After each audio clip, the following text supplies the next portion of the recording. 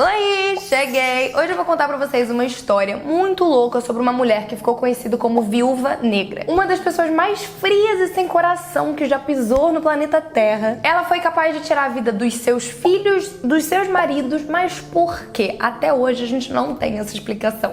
Então é tipo um crime sem solução. Tarará! Que a gente vai dar uma de detetive também e eu preciso de vocês pra vocês me ajudarem a entender esse caso, então fica até o final do vídeo. Então se você gosta de história de serial killer, já prepara sua pipoca, pega o seu miojo e vamos pro vídeo.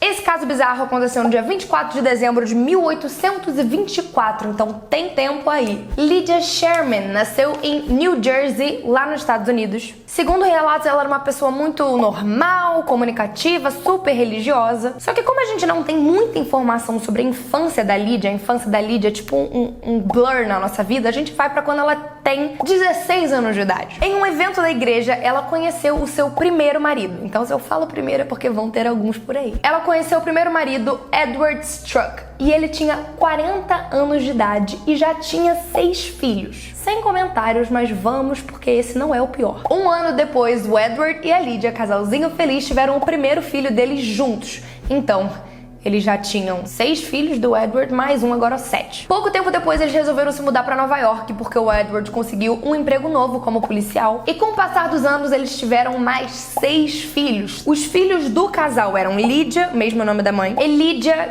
George, Josephine, que morreu de uma maneira inesperada, quando tinha menos de 1 ano de idade, Martha Ann e Edward, que é o mesmo nome do pai. E o último filho foi o William, em 1863. Então eles, como casal, tinham 7 filhos, mais os 6 que o Edward tinha antes. Só que nessa época, o Edward e a Lydia só moravam com essas 6 crianças, porque os outros 6 já tinham crescido, já eram maiores, já tinham saído de casa. Infelizmente, o ano de 1863 não foi fácil para essa família, já que o Edward ficou desempregado e entrou numa depressão profunda e eles tinham acabado de perder outro bebê. Então o Edward ficou tipo assim, ele não queria sair da cama, ele não queria sair de casa, ele não queria procurar outro emprego. E aí a Lydia teve uma brilhante ideia de dar um mingau envenenado com arsênico pro marido dela, o Edward. Na mesma noite que ela fez isso, o Edward ficou muito doente e na manhã seguinte ele já tava sem vida. E aí que começou o bafafá, menina. O marido tava em depressão, então ela matou ele. Qual o sentido que isso faz? Nenhum, mas vamos lá. Então a Lydia se viu sozinha, cuidando de 6 filhos, conseguiu arrumar um emprego como enfermeira, o que vai fazer muita ironia nas próximas partes da história. Mas aí a gente se pergunta, e agora o que ela vai fazer? Ela tem, se já é difícil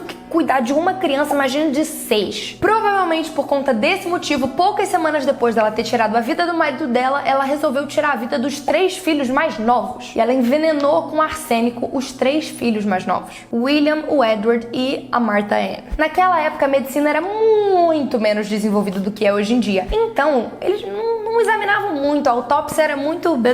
A causa da morte dos filhos da Lydia foi dada como febre tifoide. E eu já contei algumas vezes aqui pra vocês em outros vídeos desse canal que em 1800 as mortes eram normalmente 100% dadas como febre tifoide ou cólera. Era tipo assim, o que eles mais davam como morte quando eles não sabiam por que a pessoa tinha morrido. Meses depois, um dos filhos da Lydia, o George, foi diagnosticado com uma doença crônica. Imaginam o que aconteceu com ele? Exatamente isso. Ele também foi envenenado pela mãe da forma mais fria possível. O arsênico virou o melhor amigo dela. E dessa vez os médicos acreditaram que o George tinha morrido da doença crônica que ele tinha, que fazia muito mais sentido. Mais ou menos 1 ano depois da morte do George, a outra filha dela, Elijah, teve uma febre muito forte, o que já foi suficiente pra mãe dela achar que era uma boa ideia envenenar a menina também. Nesse ponto, a única filha que sobrou da Lydia foi a Lydia filha, que já estava com 18 anos de idade. E era a única filha viva que sobrou. E é muito bizarro pensar que a Lydia trabalhava como enfermeira, salvava a vida de pessoas, mas dentro de casa ela tirava a vida de todo mundo. Em maio de 1866, a Lydia filha foi visitar uma meio-irmã que ela tinha, mas quando voltou pra casa ela estava um pouco doente, não estava se sentindo muito bem. Quando ela chegou em casa, a mãe prontamente já preparou um remédio, foi dar tipo uma colher assim de xarope de remédio pra ela. E o que tinha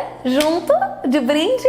Veneno. A menina acabou convulsionando e falecendo. Pouco tempo depois, sem nenhum filho pra sustentar mais, já porque ela tinha tirado a vida de todo mundo, a Lydia resolveu se mudar pra Connecticut. E lá acabou conhecendo um outro homem chamado Dennis Humbert em 1868. Ele era um fazendeiro muito rico e aí, enfim, eles acabaram casando logo. Mas menos de 1 ano depois do Dennis ter tomado uma sopa deliciosa que a sua amada tinha feito pra ele, ele acabou falecendo também. E a causa da morte dele foi dada como cólera. Como eu já disse pra vocês, 1800 era basicamente isso que eles davam como causa de morte das pessoas. A Lydia acabou ficando viúva pela segunda vez, mas dessa vez ela herdou uma herança muito boa do ex-marido. Mas por mais que ela tivesse feliz agora, cheia do dinheiro, feliz e contente, não acabou por aí, e óbvio que não ia acabar. Ela acabou conhecendo outra pessoa e se casando mais uma vez, tendo o terceiro marido, que se chamava Horácio Sherman. Era viúvo, alcoólatra e já tinha 4 filhos. Ele inocentemente foi morar com a Lydia, achando que tava tudo bem morar com a nova esposa, né? E levou junto os 4 filhos dele. Já sabem o que vai rolar, né? Eu não tenho nem que contar. Em novembro de 1870, deu a louca na Lydia novamente e ela tirou a vida do filho mais novo do marido dela. Era um bebê de poucos meses que se chamava Frank. No mês seguinte, ela envenenou a filha de 15 anos dele, que se chamava Eddie. Com a perda dos 2 filhos, o Horácio ficou em completo choque, devastado, sem chão, e se entregou de vez para as bebidas, já que ele era alcoólatra. Até que no dia 8 de maio de 1871, ele voltou para casa completamente bêbado e a amada esposa dele resolveu fazer um chazinho, uma coisa assim leve, um chá para ele, que obviamente estava batizado de arsênico, e 2 dias depois ele acabou falecendo. Só que na investigação da morte do Horácio, as pessoas resolveram pensar um pouquinho. Tava estranha a quantidade de mortes envolvendo, tipo, a família da Lydia e todas as famílias da Lydia. E finalmente alguém desconfiou da morte dele. Resolveram fazer uma autópsia, graças a Deus, e um expert examinou o fígado e o estômago do homem e adivinha? Eles concluíram que o fígado dele estava lotado de arsênico. A Lydia foi culpada imediatamente. Os policiais expediram